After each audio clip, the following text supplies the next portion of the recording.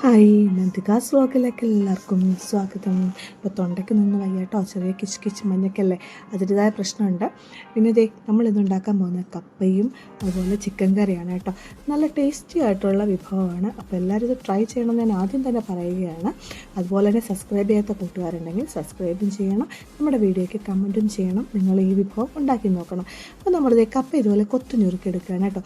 കപ്പ ഇന്ന് ഇഷ്ടമല്ലാത്ത മലയാളികളുണ്ടോ? കപ്പയെ ചെറുതായിട്ട് കാന്താരി മുളകും മുക്കി കഴിക്കാനാണെങ്കിലും ഇഷ്ടപ്പെടുന്നവരാണ് മലയാളികൾ.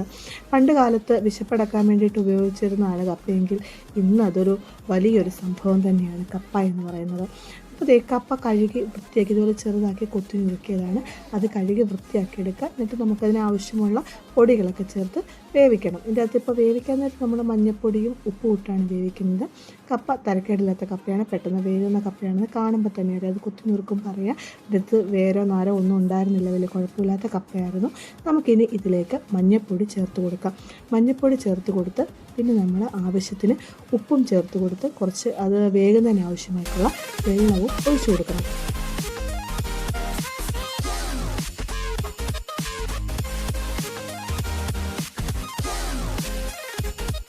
കപ്പ അടുപ്പത്ത് വെച്ച് വേവിക്കാൻ വെച്ചിട്ടുണ്ടായിരുന്നു. ഇനി കപ്പ വെന്തോണം നോക്കാം. അതേ തിളച്ചൊക്കെ വന്നിട്ടുണ്ട്, നല്ല ആവശ്യത്തിന് വെന്തിട്ടുണ്ട് കേട്ടോ. നമ്മൾ ഉടച്ച് നോക്കുമ്പോൾ അറിയാം കപ്പ വെന്തിട്ടുണ്ടാവുന്നു. അതിന് അരപ്പൊക്കെ ചേർത്ത് വരുമ്പോൾ തന്നെ നല്ല കുഴഞ്ഞ് വരുന്നൊരു പാകത്തിലായിട്ടുണ്ട്. ഈ പാകമാകുമ്പോൾ ഇറക്കുക. ഇതിലേക്കുള്ള ആവശ്യമുള്ള സാധനങ്ങൾ തേങ്ങ, അതുപോലെ തന്നെ ജീരകം, കാന്താരിമുളക്, 2 ചെറിയ ഉള്ളി, അതുപോലെ തന്നെ വേപ്പില, പിന്നെ ഒരു ചെറിയൊരു വെളുത്തുള്ളിയും ഇത് ഒതുക്കിയെടുക്കുക. കാന്താരിമുളക് ഇവിടെ കുറച്ച് പഴുത്താണ്, കഴിഞ്ഞ ദിവസം പറിച്ച് വെച്ചതാണ്.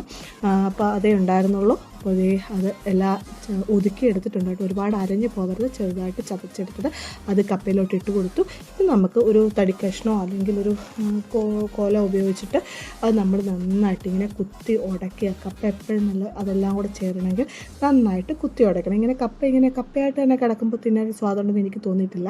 അപ്പോൾ അതെല്ലാം കൂടെ ഇങ്ങനെ നല്ല ഇടിച്ച് ആ തേങ്ങ അരപ്പിനോട് ചേർത്ത് എടുക്കുക. ഇനി നമുക്കിത് അടുപ്പത്ത് വെച്ചിട്ട് എണ്ണ ഒഴിക്കണം കേട്ടോ. ഞാൻ എണ്ണ ഒഴിച്ചിട്ടുണ്ടായിരുന്നു, അത് കാണാൻ പറ്റില്ല. നമ്മുടെ പച്ച വെളിച്ചെണ്ണയാണ് ചേർക്കേണ്ടത്. പച്ച വെളിച്ചെണ്ണ ചേർത്ത് നന്നായിട്ട് കുഴച്ചെടുക്കണം. ഇളക്കി കുഴച്ചെടുക്കുക. അതിലേക്ക് ആവശ്യത്തിന് കറിവേപ്പിലയും കൂടി ഇട്ട് റെഡി ആയിട്ടുണ്ട് കപ്പ. ഇനി നമുക്ക് ചിക്കൻ കറി എങ്ങനെയാണ് വെക്കണമെന്ന് നോക്കാം. അടുപ്പത്ത് ഒരു പാത്രം വെച്ച് അതിലേക്ക് എണ്ണ ഒഴിക്കുക. എണ്ണ ഒഴിച്ച് ചൂടായി കഴിയുമ്പോൾ അതിലേക്ക് സവോള ചേർത്ത് കൊടുക്കുക. നമ്മൾ എടുത്തിരിക്കുന്ന ചിക്കൻ എത്രയാണോ അതിനനുസരിച്ചുള്ള സവോള ഇട്ട് വഴറ്റുക. അത്യാവശ്യം നന്നായി വഴന്ന് വരുമ്പോൾ നമ്മൾ ഇതിലേക്ക് ആവശ്യമുള്ള വെളുത്തുള്ളിയും ഇഞ്ചിയും ചതച്ച് വെച്ചിട്ടുണ്ടായിരുന്നു, അതും കൂടെ ചേർത്ത് കൊടുത്ത് നന്നായിട്ട് സവോള വഴറ്റിയെടുക്കുക. സവോള വഴറ്റിയെടുത്ത് നമ്മൾ ഇത് ആദ്യം ഇഞ്ചിയും ഈ വെളുത്തുള്ളിയും ഇടുമ്പോൾ പെട്ടെന്ന് അടിക്കേറി പിടിക്കേണ്ട ചാൻസ് ഉണ്ട്. അതുകൊണ്ടാട്ടോ ഞാൻ സവോള ഇട്ട് കഴിഞ്ഞ് തരുന്നത്. അപ്പോൾ അത് വഴന്ന് വരുമ്പോൾ അതിലേക്ക് ഈ തക്കാളിയും പച്ചമുളകും അരിഞ്ഞ് വെച്ചിരിക്കുന്നത് ചേർത്ത് കൊടുത്ത് നന്നായിട്ട് വഴറ്റി കൊടുക്കുക.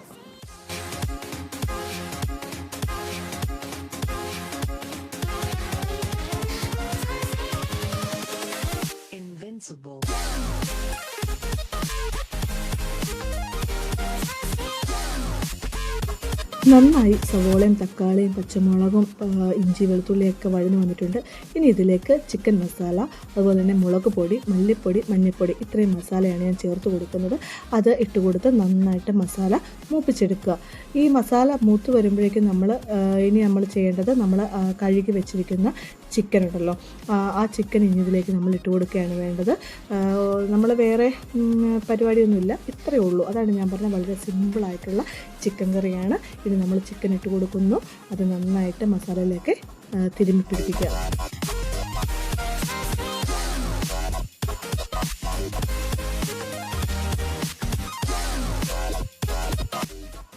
ഇപ്പം ഉപ്പ് ആവശ്യത്തിന് ചേർത്ത് കൊടുത്ത് മസാലയൊക്കെ അതിലേക്ക് നന്നായിട്ട് ചേർന്നിട്ടുണ്ട്. ഇനി നമുക്ക് ഇതിലേക്ക് എന്ത് ചെയ്യണം, ആവശ്യമുള്ള വെള്ളം ഒഴിച്ച് നമുക്ക് വേവിക്കാം. വെള്ളമൊക്കെ ഒഴിച്ച് നന്നായിട്ടത് വെന്ത് വന്നിട്ടുണ്ട്. ഇപ്പോൾ കുറച്ച് വെള്ളം ഉണ്ടല്ലേ. ഇപ്പോൾ കപ്പയ്ക്കായതുകൊണ്ടാണ് നമ്മൾ ഈ ഒരു പരുവത്തിലെടുക്കുന്നത്. അപ്പോൾ ഈ ഇത്രയും വെള്ളത്തിൻ്റെ ആവശ്യമില്ല. ഇത് ഇന്ന് പറ്റി വരണം കേട്ടോ. പറ്റി വരുന്നതിന് മുമ്പ് നമ്മൾ പൊടിച്ച് വെച്ചിരിക്കുന്ന പെരിഞ്ചീരകക്കൂട്ട് അതിട്ട് കൊടുത്ത് ഗരം മസാല അതും കൂടെ ഇട്ട് കൊടുത്ത് നന്നായിട്ട് തിളക്കട്ടെ. ഇതിലേക്ക് നമുക്കിനി ഇടേണ്ടത് കുരുമുളക് പൊടിയും കൂടെ ഇട്ട് കൊടുക്കേണ്ടതുണ്ട്. അപ്പോൾ കുരുമുളക് പൊടിയും കൂടെ ചേർത്ത് കൊടുക്കുക.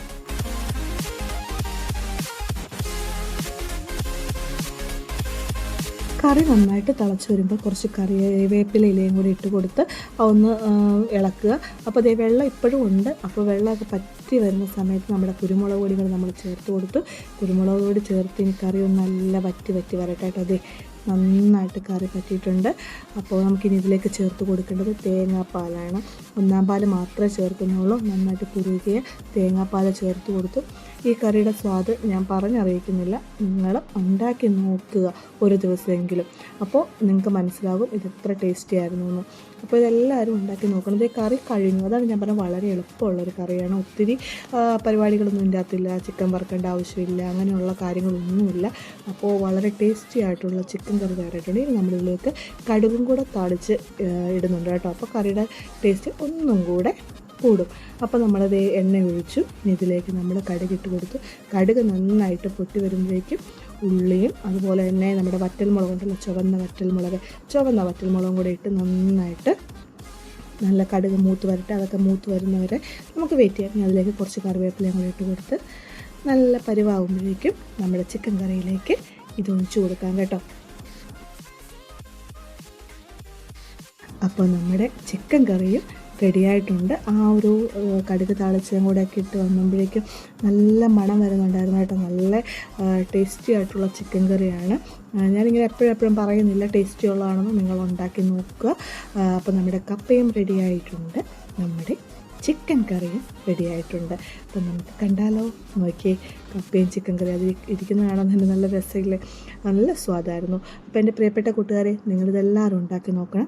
ചാനൽ സബ്സ്ക്രൈബ് ചെയ്യാത്ത ഫ്രണ്ട്സ് ആണെങ്കിൽ എല്ലാവരും സബ്സ്ക്രൈബ് ചെയ്യണം. അതുപോലെ തന്നെ ബെൽ ബട്ടനും ഒന്ന് ഞെക്കിയാൽ മാത്രമേ ഞാനിടുന്ന വീഡിയോസ് നിങ്ങൾക്ക് കിട്ടുകയുള്ളൂ. അപ്പോൾ ലൈക്കും ചെയ്യണം, കമൻറ്റും ചെയ്യണം. നമുക്ക് മറ്റൊരു കൊച്ചു വീഡിയോ ആയിട്ട് വീണ്ടും കാണാം. ടാറ്റാ.